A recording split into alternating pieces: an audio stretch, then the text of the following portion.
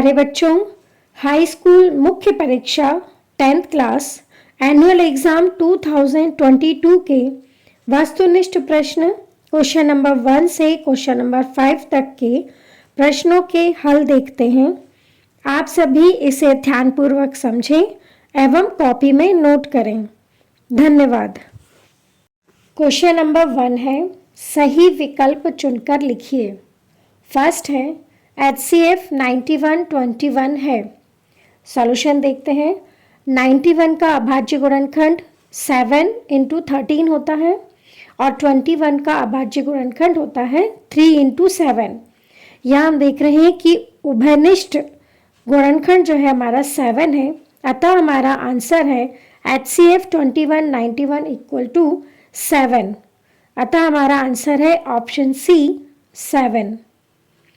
Second है, समीकरण निकाय x + 2y + 5 = 0 और -3x - 6y + 1 = 0 का हल होगा।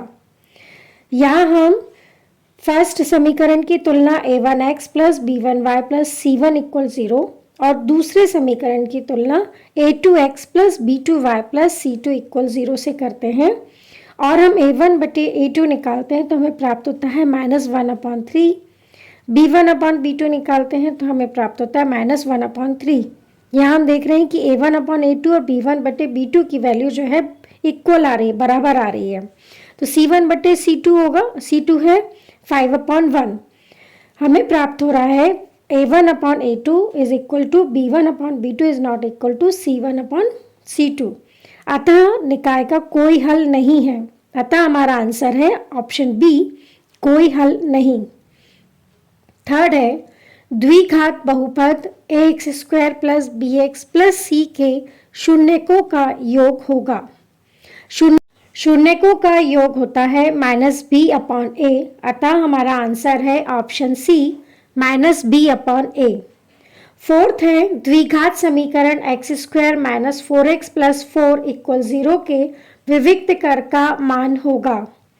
यहाँ हम समीकरण की तुलना हम ax² + bx + c = 0 से करते हैं तो a = 1, b = -4 और c = 4 है। तो d = b² - 4ac का मान हम निकालते हैं। इसमें हम b, a और c की वैल्यू रखते हैं तो हमें प्राप्त होता है d = -4² - 4 × 1 × 4। इस तरह हमें प्राप्त हुआ 4 का स्क्वायर 16 होता है और 4 × 4 16। तो हमें प्राप्त हुआ d = 16 - 16, d = 0। अतः हमारा आंसर है ऑप्शन सी 0।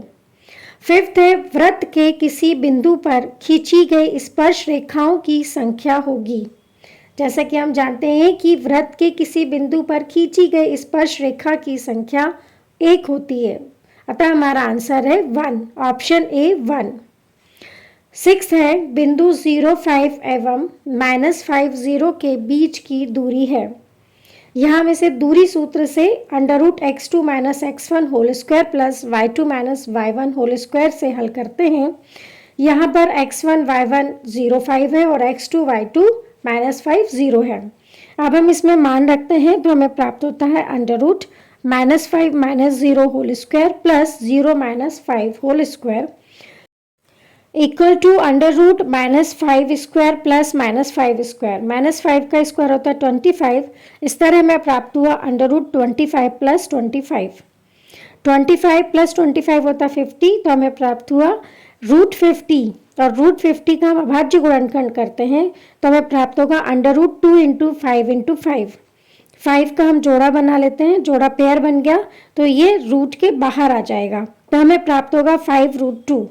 अतः हमारा आंसर है ऑप्शन बी 5√2।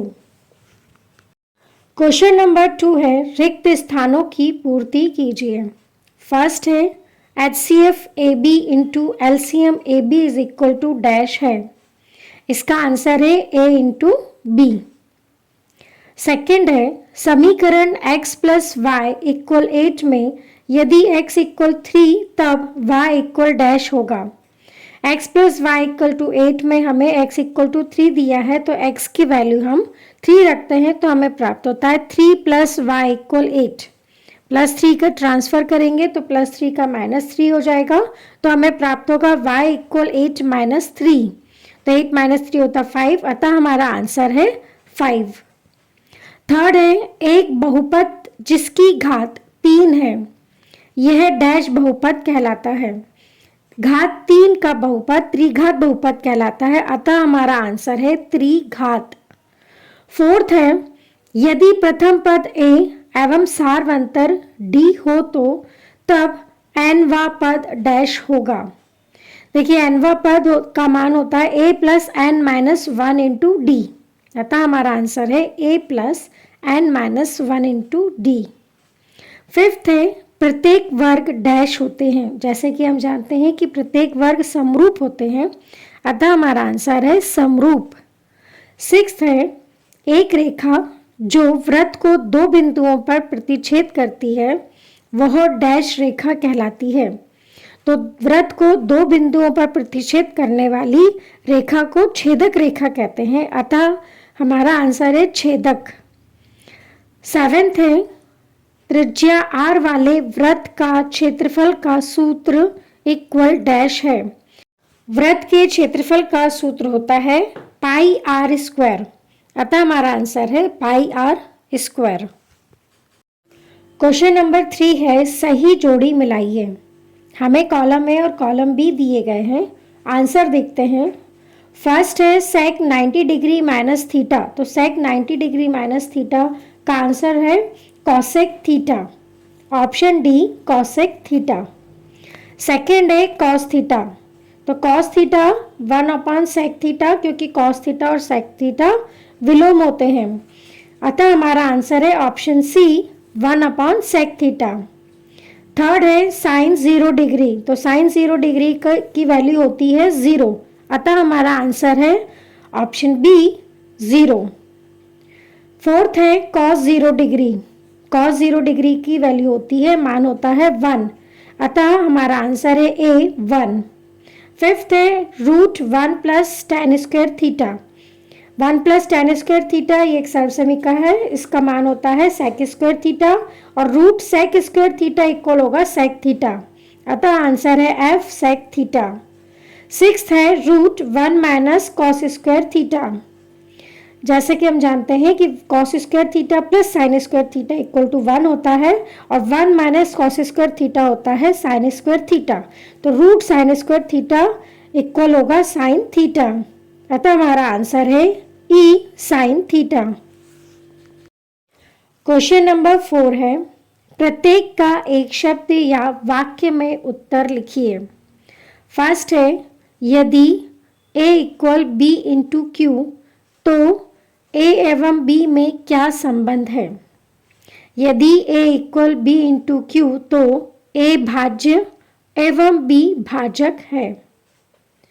सेकेंड है यदि A, B और C वास्तविक संख्याएं हैं और A is not equal to 0 तब द्विघात समीकरण किस रूप का होगा। तब द्विघात समीकरण ax² + bx + c is equal to 0 के रूप का होगा, अतः हमारा आंसर है ax² + bx + c = 0। थर्ड है समकोण त्रिभुज प्रमेय का नाम लिखो, तो समकोण त्रिभुज प्रमेय का नाम है पाइथागोरस प्रमेय, हमारा आंसर है पाइथागोरस प्रमेय। फोर्थ है मूल बिंदु से बिंदु x y की दूरी लिखो, तो मूल बिंदु 0 0 से x y की दूरी निकालते हैं, तो दूरी सूत्र √x2 - x1 whole square + y2 - y1 whole square से हम x1 y1 और x2 y2 की वैल्यू रख देते हैं। यहाँ पर x1 y1 0 0 और x2 y2 xy है, तब हमें प्राप्त होता है √x - 0 whole square + y - 0 whole square. इस तरह हमें प्राप्त हुआ √x² + y², हमारा आंसर है √x² + y²।